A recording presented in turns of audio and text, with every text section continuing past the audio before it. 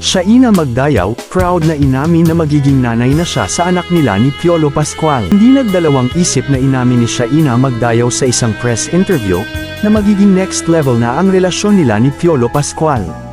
Proud na sinabi ng dalaga na 3 months pregnant na siya ngayon at ang ama ay walang iba kundi ang kanyang longtime partner na si Piolo Pascual. Nag-post din si Shaina Magdayaw sa kanyang social media ng ultrasound results at may caption nito na, "Hello world.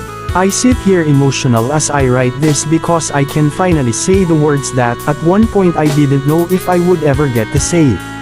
We're having a baby. See you my little Bob. Maraming salamat sa aking mga kaibigan at pamilya. I wouldn't have made it through my darkest days without you all. Maraming salamat din sa walang sawang suporta ng aking mga fans.